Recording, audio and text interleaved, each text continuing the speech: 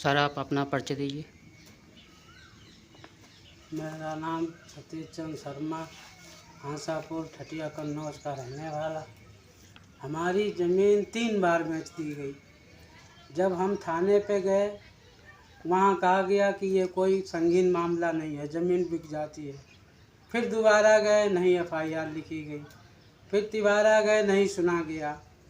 फिर मैं तहसील में जाना शुरू हुआ, DM SDM पास तहसील दिवस में भी जाना शुरू हुआ, कोई सुनवाई नहीं हुई वहाँ पे। फिर क्षेत्राधिकारी को कई प्रार्थना पत्र दिए, कोई सुनवाई नहीं हुई वहाँ पे।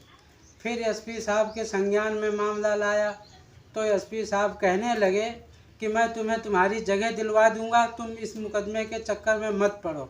मैंने कहा सर मैं बराबर चक्कर लगाते रहा, मुझे टालते रहे। फिर वो SP साहब चले गए, दूसरे SP साहब आए। वो 3 साल के बाद फिर आए तो उन्होंने कहा कि हम ज़रूर इस पर कार्रवाई करेंगे, संज्ञान लेंगे, लेकिन जांच करवाएंगे। फिर हमको थाने भेजा, फिर हम थाना दिवस में गए। मेरे कई प्रार्थना पत्र वहाँ से गुमराह कर लिए गए, मैंने रजिस्टर पे नहीं दर्ज किए गए, मैंने दिए और वो फेंक दिए गए या अधिकारियों द्वारा गायब करा लिए गए। फिर भी मैं उच्च अधिकारियों के पास शिकायत करते रहा, नहीं सुनवाई हुई। फिर SP साहब के पास गया, मैंने कहा साहब ऐसा ऐसा मामला, हमारा प्रार्थना पत्र वहाँ से गायब हो गया। 9 तारीख को वहाँ थाना दिवस में भरी मीडिया के सामने, भरी पब्लिक के सामने मैं गया, मेरी वाइफ भी गई लक्ष्मी देवी, मैं भी गया, लेकिन उन्होंने फिर भी प्रार्थना पत्र गायब कर दिया। उसको गायब करते हुए फिर मैं SP साहब के पास गया, वहाँ थाना दिवस जब दूसरा लगा तो वहाँ SP साहब की मौजूदगी में लगा, वहाँ DM साहब भी थे। फिर उस पर संज्ञान लिया गया, संज्ञान भी लिया गया। हमारे बहुजन क्रांति पार्टी मार्क्सवाद अम्बेडकरवाद जिला अध्यक्ष सर्वेश कुमार कटेरिया, इन्होंने फिर संज्ञान में मामला लेते हुए हमारी मदद पे पूरा बल दिया गया, अपना टाइम दिया, हमारे पीछे अपना बहुत अमूल्य टाइम दिया गया।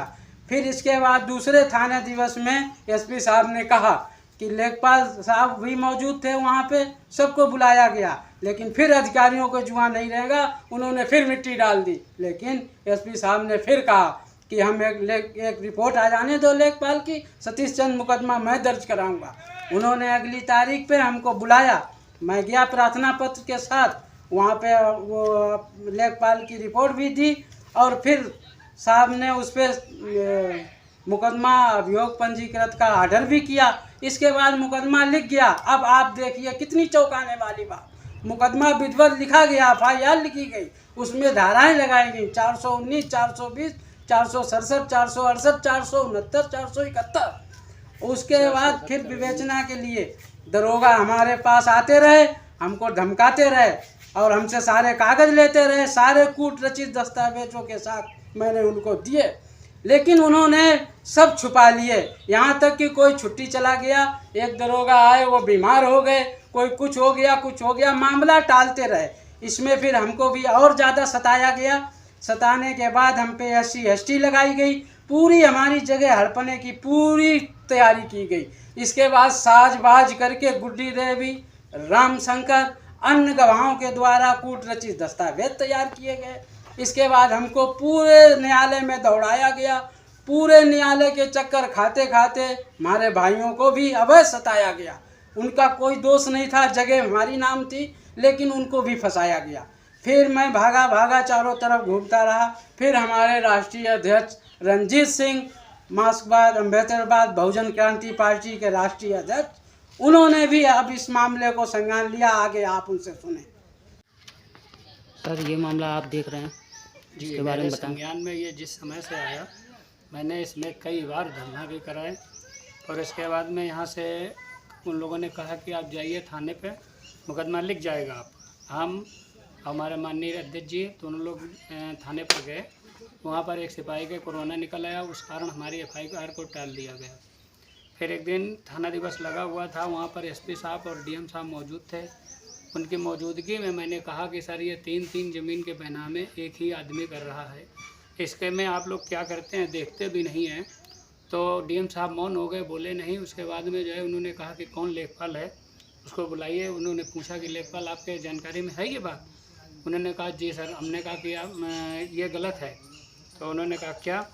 हमने कहा सर ज़मीन तो इस तरीके का है। तो हमने कहा इन्होंने जांच नहीं की है, मौके की कहानी बताने लगे। तो उन्होंने कहा ठीक है आप जांच लाइए। हमने एसपी साहब से कहा कि हमने कहा सर ये गलत है मामला, 420 से में डाउट होता है। उन्होंने कहा ठीक है लेखपाल की रिपोर्ट आने दीजिए वकील साहब, मैं मुकदमा दर्ज करा दूँगा। हमने लेखपाल के पास गए, लेखपाल ने पूरे कागज़ हमने लेखपाल को दिखाए, चारों बैनामे लेखपाल को दिखाए। और मैंने कहा रामशंकर ने पूरब पश्चिम 62.3 और उत्तर दक्षिण 35 फीट ज़मीन 18/2/2013 को गुड्डी देवी को बैनामा कर दी।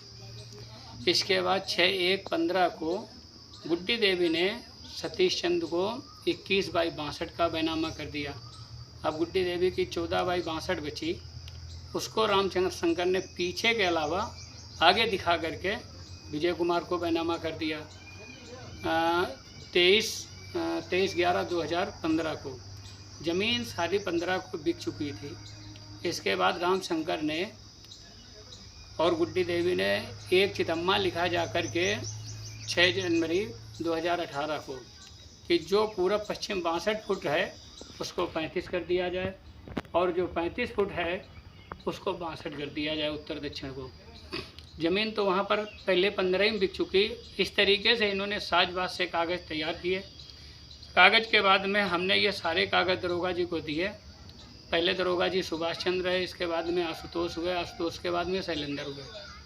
इन लोगों ने जब हमने उनको बताया कि नहीं, तो शैलेंद्र जो है उनको मुलजमानों को काफ़ी दिनों से बचा रहे थे। तो हमने यहाँ कप्तान साहब के यहाँ एक एप्लीकेशन दिलवाई।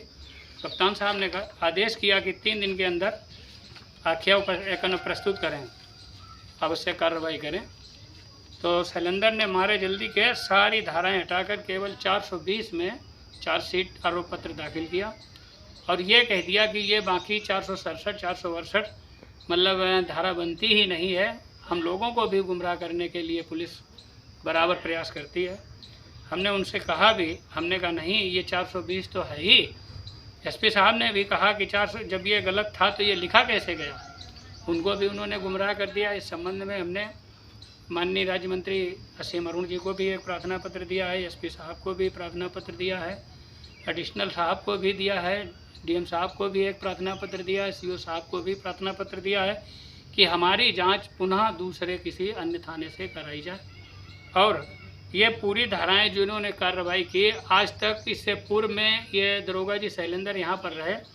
कई दरोगा जी ये कहते हैं कि ये मामला राजस्व का है, लेकिन दरोगा जी जो है नाप भी कर लेते हैं और उन्होंने अपनी नाप की रिपोर्टें शासन को भी गुमराह करके भेजी हैं।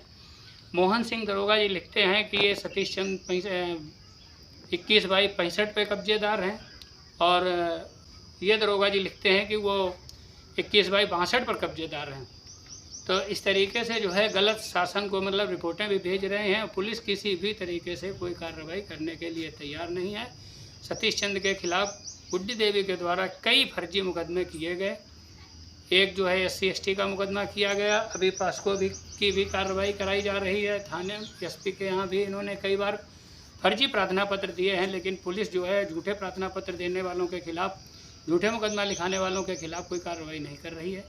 इस संबंध में मैंने कई बार मतलब अपने माननीय राष्ट्रीय अध्यक्ष जी से भी बात की और उस पर धरना भी किए, लेकिन पुलिस ने अपनी हरकत से बाज नहीं आई। उन्होंने काम वही किया। अब वो इसमें 420 में जो है 7 साल तक की सज़ा है, उसमें गिरफ्तारी नहीं है, लेकिन 467 में जो है आजीवन कारावास की सज़ा है, उसको दरोगा जी ने हटा दिया है और गलत ढंग से जो गलत आरोप पत्र न्यायालय में प्रस्तुत किया है उसके लिए मैंने पुनः जांच के लिए आदेशित करवाया।